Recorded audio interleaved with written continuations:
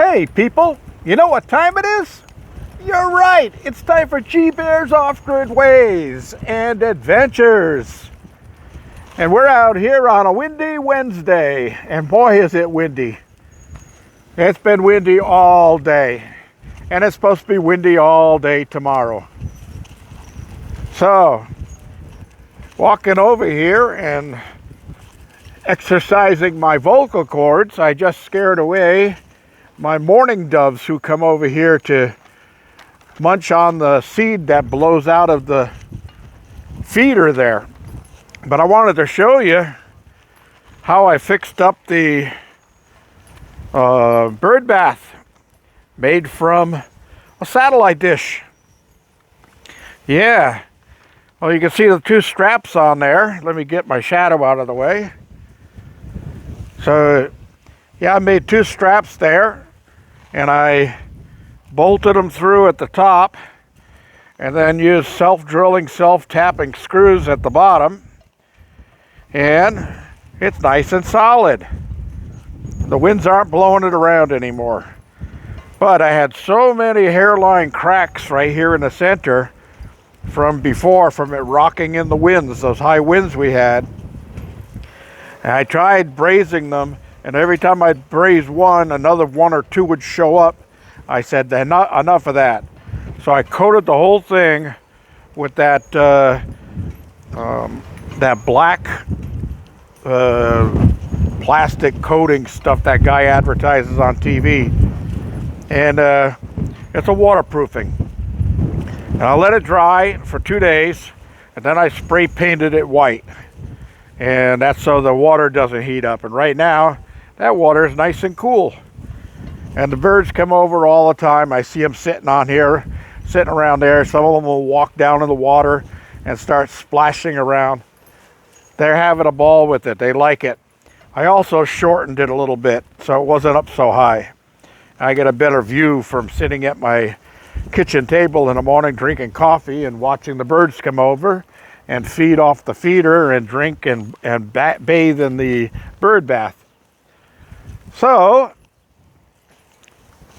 that's the first thing I had to get off my mind. And I also want to say thank you all for stopping by yesterday for Tool Tech Tuesday.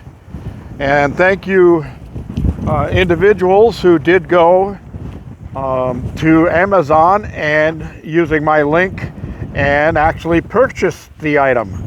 I know there's been a few of you.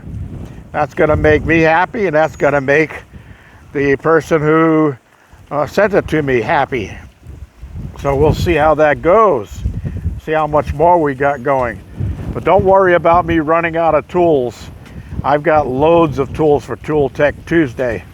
And if there's any individual tool that somebody would like to see and know how to use, leave it in the description down below as a question that, or a request for showing a tool and how it works. Because I've got loads of tools. I've got so many tools. Well, as you saw in yesterday's video, I got so many tools that I've got tools to fix tools. And I got tools to make tools. So yeah, there's plenty of tools over there. No problem running out.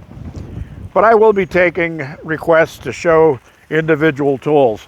Now on that multimeter I showed yesterday, I was running long on that, and I didn't get to show you all the features that thing has. That thing also has a non-contact electrical sensor. So you put it on the NCV and you just hold it up to an electrical outlet or an electrical cord or an extension cord, and if there's power going through there, you'll get a light and a beep. And the higher the voltage, the faster the beep. It'll be really going fast. You've seen me do that with my voltage tick before on some of my old videos.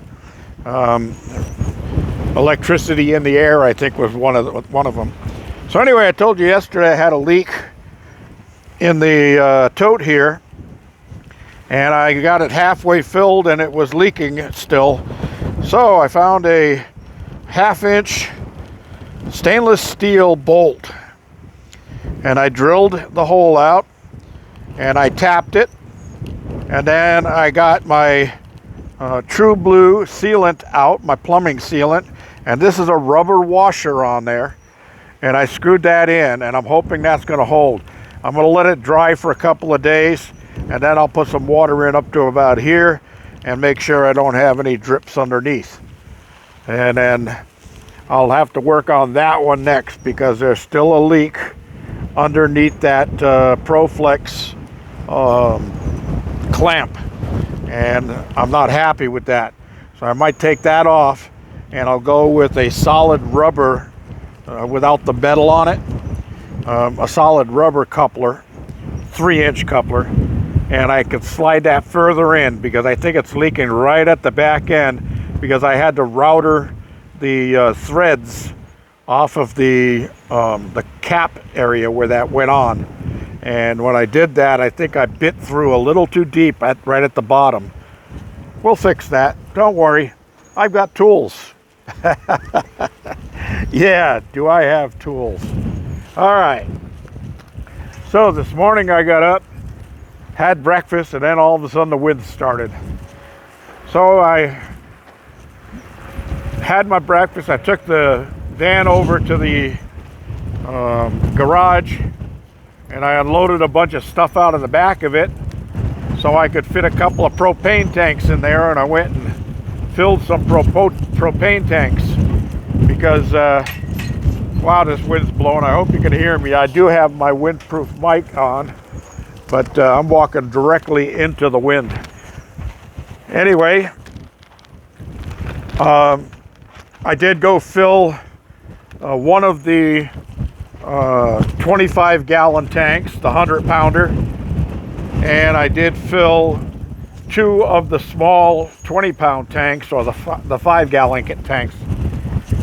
And boy, you think the price of gasoline's gone up, you ought to see what propane is doing. And I've had a few people comment about me using propane and why not use electricity. Well, heating elements do use a heck of a lot of electricity, and I would have to double my solar system, and I'd have to increase my input up there, and then double my battery bank to be able to handle using all electric cooking utensils like an electric oven, electric range, electric water heater, everything like that.